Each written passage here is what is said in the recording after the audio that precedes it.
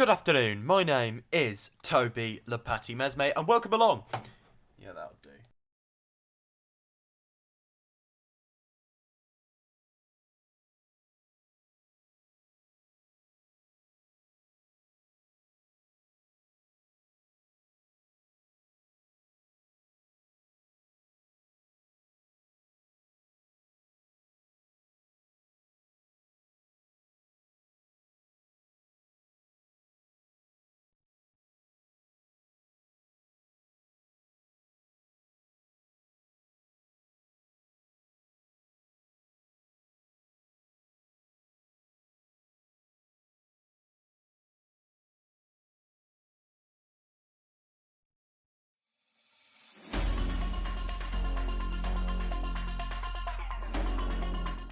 Good evening, it's just gone 7 PM on Tuesday, the 12th of January 2021. My name's Toby Lepati Mesme, and this is tonight's episode of MesmePolitics. For the next half hour, bringing you all the latest live in UK and US politics from a unique leftist perspective. Let's get stuck in, shall we?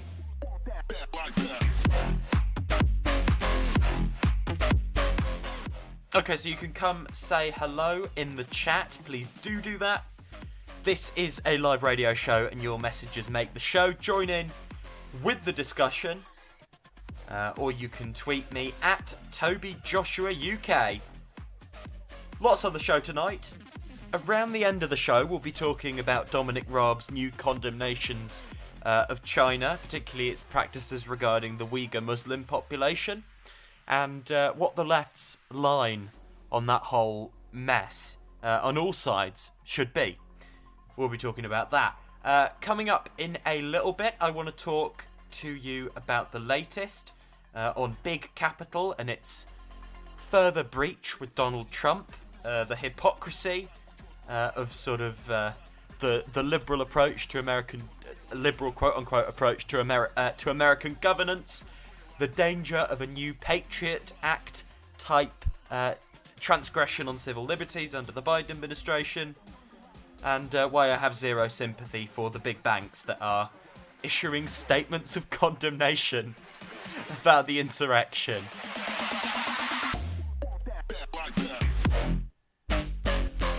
But first, look at the image on the screen right now. That image that you're currently looking at is free school meal food provided for 10 days for a mother in Britain. It's an absolute abomination. We're about to talk about it.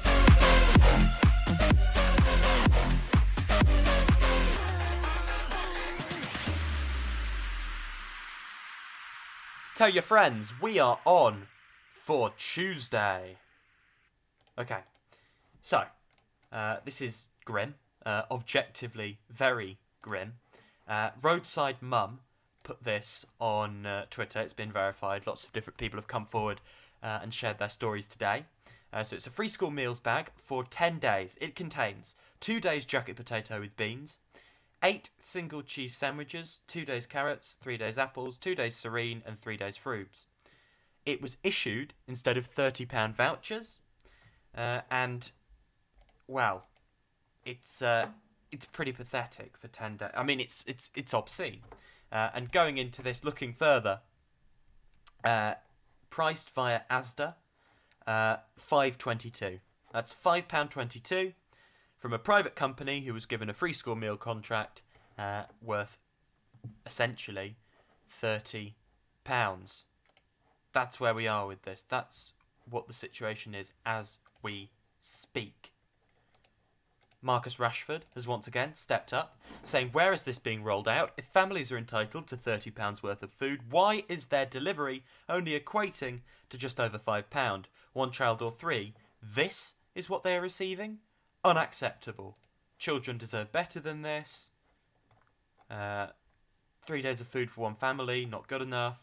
Then imagine we expect the children to engage in learning from home, not to mention the parents who at times have to teach them, who probably haven't eaten at all, so their children can. We must do better. This is 2020. So this is where we are. This is the cesspit that we now reside within. Keir Starmer has come out with a statement on this, saying the images appearing online of woefully inadequate free school meal parcels are a disgrace. Where's the money going? This needs sorting immediately so families don't go hungry through lockdown. So, what do we make of all this? Well, this is the inevitable conclusion of hollowed out, privatised Tory Britain. Hollowed out, privatised Tory Britain. That's where we are. State capacity, unable to act, which fosters even more reliance on private contractors, that be it in test and trace, be it on railway stations, be it in terms of providing free school meals, exists to make a profit, owned by Tory donors, oversees disaster, none of it works, and no one ever does anything about it. It is a giant grift scheme. This is where Tory governance and New Labour governance since Thatcher onwards have led us. The hollowed out, privatised, empty shell of Tory Britain. I mean, these whole systems are designed to foster animosity and hatred and humiliation towards people who are poor, people who can't feed their kids during the school holidays.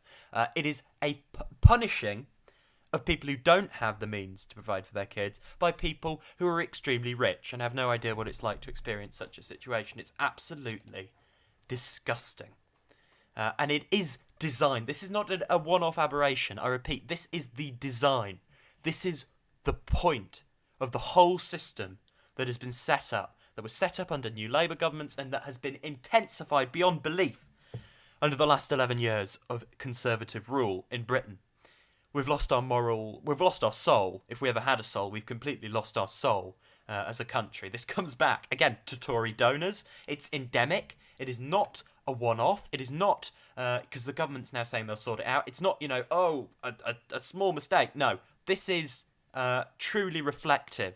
The mask has been torn off. This is what we're doing. So many people don't know how cruel the benefit system is in Britain, how cruel universal credit is in this country, how cruel all these different services are.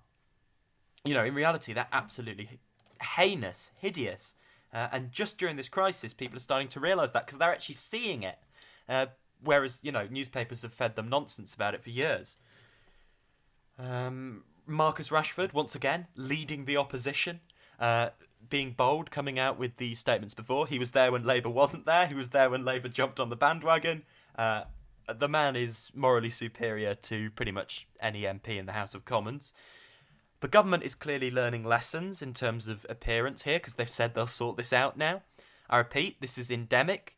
Just sorting out this one case will not sort the whole thing out. But again, the government is learning not to mess with Marcus Rashford in a way they've certainly not come to learn any lessons regarding toothless opposition headed up by Keir Starmer. But it is good to hear comment from Starmer. He's come out with some good statements of late. Always welcome, always good. We're very pleased to hear that. And please keep getting involved in the chat. Please keep listening. We've hit record viewing figures tonight on MesmePolitics. My name's Toby Lapati Mesme. And let's have a listen to Priti Patel talking about people breaking the rules at today's Downing Street press conference. Our ability to get through the coming weeks and months depends on each and every one of us contributing to what is truly a national effort. But a minority of people are putting the health of the nation at risk by not following the rules. That is why the Secretary of State for Local Government has today talked to councils about the role that they have to play in enforcing the rules and in saving lives. And our police officers are now moving more quickly to issuing the fines where people are clearly breaching coronavirus regulations. Nearly 45,000 fixed penalty notices have been issued across the United Kingdom. So my message today to anyone refusing to do the right thing is simple. If you do not play your part, our selfless police officers who are out there risking their own lives every day to keep us safe, they will enforce the regulations. And I will back them to do so, to protect our NHS and to save lives. Our police officers are not immune from the virus. Far too often they are having to risk their own lives and their own health by coming into close contact with people, including those who deny the very existence of coronavirus, to keep us all safe. The police and fire service staff throughout this pandemic have been on the front line, helping their local communities. They are the very best of us all, and I know that the public share my gratitude for their incredible contribution. They're also there to help the most in need, including anyone experienced or at risk of domestic abuse. You can leave your home to escape harm and seek refuge, and anyone who is in immediate danger should always call 999. We are now at a critical stage in our battle against this virus. To protect those that you care about and the capacity of our hospitals to protect us all, please stay at home to protect the NHS and save lives. Two observations on this. Priti Patel is useless at delivering a statement. She's not a very well-versed or trained politician in that sense. And also, she's a little too enthusiastic about scolding the public. We talked about this yesterday, how this is being used as a scapegoat, a straw man, to compensate for the fact it's actually businesses that are staying open, etc., forcing people to go to work. And even if everyone obeyed social distancing rules perfectly outside, that's not, or just stopped going out, that's not really what's going to be the crux that will get to the bottom of this. The crux that will get to the bottom of this is facilitating all these different things closing. And that's what has to be done. That's what we're not doing. Therefore, this is just the government. And the media's playing along with it, blaming the public. But yeah, she sounds far too enthusiastic about that sort of thing. Let's hear this question from Sky News. And a wonderful question. An excellent sort of blip in the matrix from Sky News here, saying what we're all thinking. Is the government focusing too much on these sort of things when actually it's workplaces and public transport? Is there a risk that the government is concentrating too much on the easy targets, people meeting in parks, parties and shops, when the evidence suggests the real problem is in those workplaces that remain open and on public transport? Have you got the resources and, frankly, the will to enforce social distancing in and around workplaces, or are you unwilling to take on bosses because of the economic impact? And to Martin Hewitt, how proactively are the police making sure that workplaces are COVID secure? Or do you just think that's the job of the health and safety officials in local areas, so that you can concentrate on more of the examples you highlight, like parties and groups travelling in minibuses? Well, let me start off, Sam, first of all. When it comes to the rules, the fact of the matter is our target and our objectives is to save lives. This isn't about, picking out individual groups or things of that nature. You've heard the government consistently say this, from the CMO to our public health colleagues, Dr. Dworka this afternoon, and many others as well, from the Prime Minister to myself and all my ministerial colleagues. Our objectives is to save lives and to protect the NHS. So when it comes to the enforcement of those rules, it is right that we go after those breaches, and we've seen endless egregious breaches, and I've seen my police officers as well, all our police officers across 43 police forces do heroic work on that. But at the same time, this isn't just for the police. This is obviously about other aspects of government. So my colleagues, you've heard me speak about the Secretary of State for Local Government today, working with local councils. The police don't work in isolation. They work with their counterparts in local governments, local authorities. They've been doing that consistently. We have clear guidance for businesses, clear guidance for supermarkets. And I want to thank the supermarkets today that have announced that they're stepping up their efforts as well to ensure that people are rightly wearing face coverings in supermarkets, and they themselves will be enforcing those rules and regulations. So this is a collective effort. And, we have been speaking clearly about the policing side of things today, but there are so many other aspects of enforcement and compliance that other aspects of the state and government are heavily involved in. My police officers. Right, that's enough of that for one day. Over to the States, and a growing number of companies and institutions have taken action against President Trump and his associates since the deadly rampage at the US Capitol on Wednesday by the president's supporters nearly a week ago now. 2 universities stripped Mr. Trump of honorary degrees, major banks paused political contributions, and the PGA of America, said it would no longer hold the PGA Championship at the Trump National Golf Club in Bedminster, New Jersey, which had been scheduled for May 2022. So in terms of entities that have severed ties with Mr. Trump, we've got Google, Facebook, Microsoft saying they're pausing political spending and would, quote, reassess their spending in the wake of the last week of Joe Biden as our 46th president. This final full week of the Trump administration begins with, let's call it what it is, the nation facing an active and dangerous domestic terror threat, bracing perhaps for even more violence. While the House this week goes about impeaching Donald Trump for the second time, the looting of our U.S. Capitol building, as many have pointed out, is that rare event that has grown in importance in the days since it happened. New pictures and video only make the event more depressing, darker, scarier than it seemed to be even in the moment. And a warning, especially for those of you joining us on the West Coast where little ones may still be awake, this video is disturbing. The most powerful new imagery shows members of the mob, quite literally under the banner of Donald Trump, beating police officers on the steps of the U.S. Capitol. With a week and a half to go until the inauguration, officials are trying to harden Washington, D.C. The District of Columbia is under a state of emergency. As many as 15,000 National Guard could be on hand by January 20th. None of us will be surprised if the number grows higher than that. The FBI is warning law enforcement agencies across the country about possible armed protests at all 50 state capitals across our country starting Saturday. We are watching the ruminations of a failed state right about now. The fact that most of the American establishment, and almost all of American capital, is lined now behind Joe Biden and the Democrats, and pretty much always was, especially in the race between Clinton and Trump, and definitely in the race between Biden and Trump to a slight lesser extent. There's a big risk that the Biden administration will push nothing but corporate-friendly, donor-friendly, military-industrial complex-friendly policies.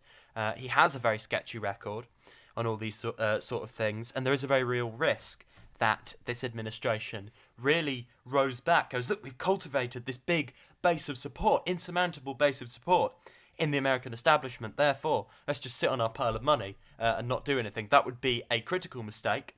Not least for the American working class and the suffering they're currently experiencing in all their diversity. Right across the country, whether you're rural or urban, or city dwelling, or town dwelling, or village dwelling, or desert dwelling, I don't care, right? Everyone's having a hard time right now, across cultural, religious, racial divides in the American working class. If the Democrats don't see the opportunity to enact bold progressive policies and unify a coalition of the working class in America in all its diversity, like that, they're in serious trouble. And just more, like, electorally, potentially, but more crucially, morally, they are sort of committing a deep sin against the country they profess to love. And they should really look at that and see what they can do about it. We really are going to have to pressure this administration to do the bare minimum on a lot of things. There's also a big risk, there's been talk of this in the last few days, big risk of sort of a Patriot Act style Biden anti-terrorism bill that will come through, that will pass, will give a sort of veneer of bipartisanship, but will basically curtail yet more civil liberties, make normal citizens suspects, and come back to hurt much more than the far right.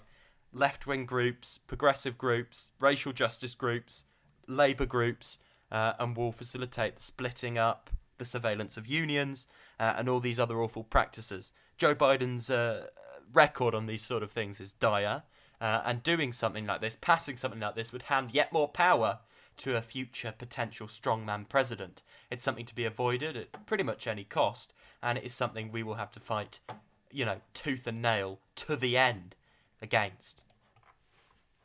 Back over to the UK for our last story of the day. And China's treatment of the Uyghur people amounts to torture, the British Foreign Secretary Dominic Raab has said, as he sets out measures designed to ensure no companies allow the use of forced labour from Zhejiang province in their supply chain.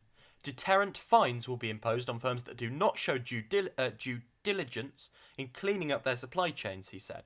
The aim was to, quote, ensure no company that profits from forced labour in Zhejiang can do business in the UK, that no UK business is involved in their supply chains. He also proposed a review of export controls to Zhejiang province, the region in which tens of thousands of Uyghur Muslims have been detained, new guidance to companies operating in the province, and a commitment that the Modern Slavery Act will be expanded to the public sector. He also said the government was reviewing the role of China's Confucius Institutes operating in British academic institutions. Let's have a listen to Dominic Raab talking about the crackdown on China in the House of Commons today, and then I'll offer my thoughts on the whole thing. Mr. Speaker, the evidence of the scale and the severity of the human rights violations being perpetrated in Xinjiang against the Uyghur Muslims is now far-reaching, and it paints a truly harrowing picture. Violations include the extrajudicial detention of over 1 million Uyghurs and other minorities in political re-education camps, extensive and invasive surveillance targeting minorities, systematic restrictions on Uyghur culture, education, and indeed the practice of Islam, and the widespread use of forced labour.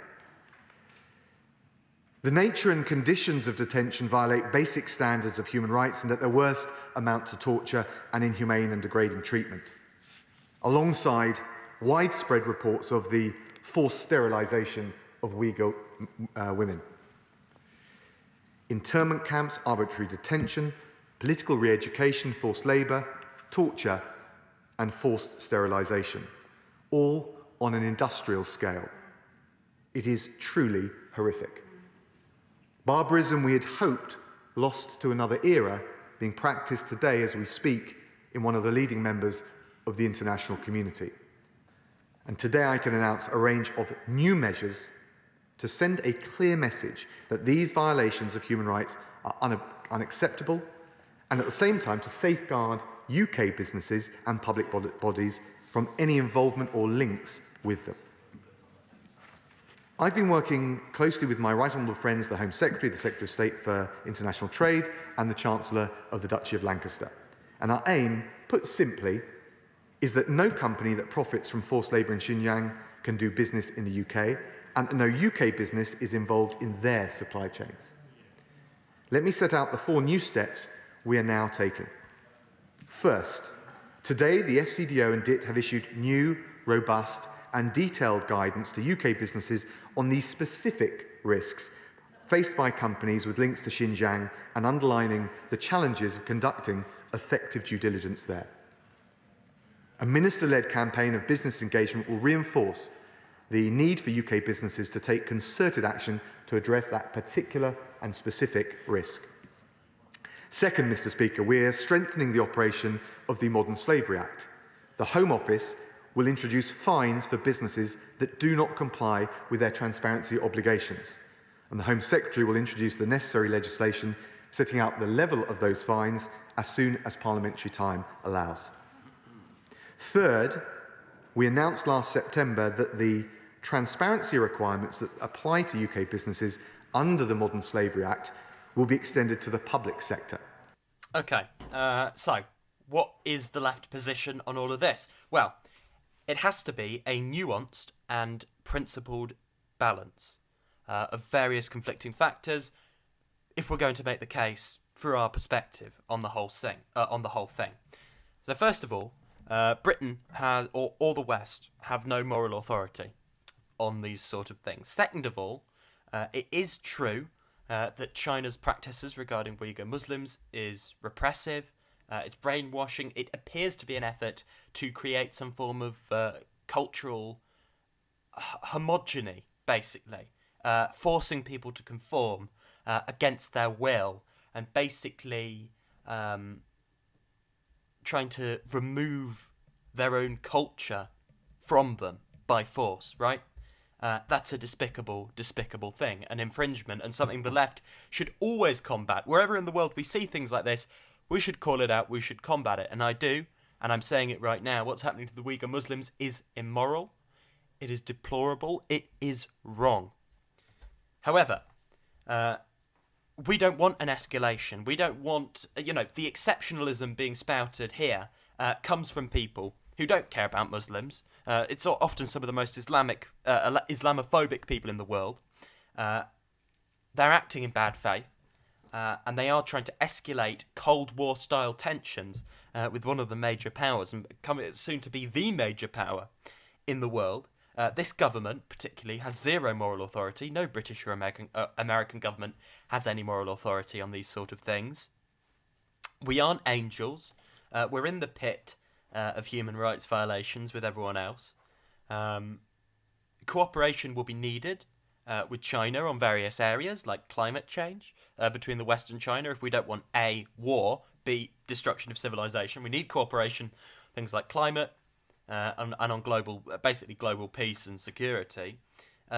Britain should use the opportunity of being outside the European Union and able to chart their own course in terms of foreign policy, not acting as a proxy for EU militarism, and not acting as a proxy, sort of as a lapdog for America, which is where we're heading at the moment, right? Either that or just tow along with the EU. And both are rubbish. On balance, the EU would be less terrible in terms of foreign policy than the US. That would be if I had to choose, the gun to my head, should we align with America or should we align with the EU? Obviously, it's going to be the EU, but both wrong, both militaristic. We should use the opportunity. We won't. Under a Labour government, under Keir Starmer, or under a Tory government under Boris Johnson or Rishi Sunak or Michael Gove. This is the sort of thing we probably would have done under a Labour government under Jeremy Corbyn, and it is something we want to do under a Labour government that is truly socialist in the future. Tread a third way in terms of foreign policy, calling out the imperialism, the abuse, the massacre, the murder, the cruelty that US foreign policy and domestic policy is, and doing the same with the transgressions, the horrendous grievance crimes, and the various encroachments on basic civil liberties that we see in the Chinese state. Both. Third way, we're not for America, we're not for China. We don't draw one is superior than the other, because they're not. The reality is neither is morally superior to the other. So let's chart a third way. Let's look at it in that way. That is the position the left should be taking on this whole thing. And with that, I'd like to thank you for joining me tonight. My name's Toby Mesme. We are back tomorrow at 7 p.m.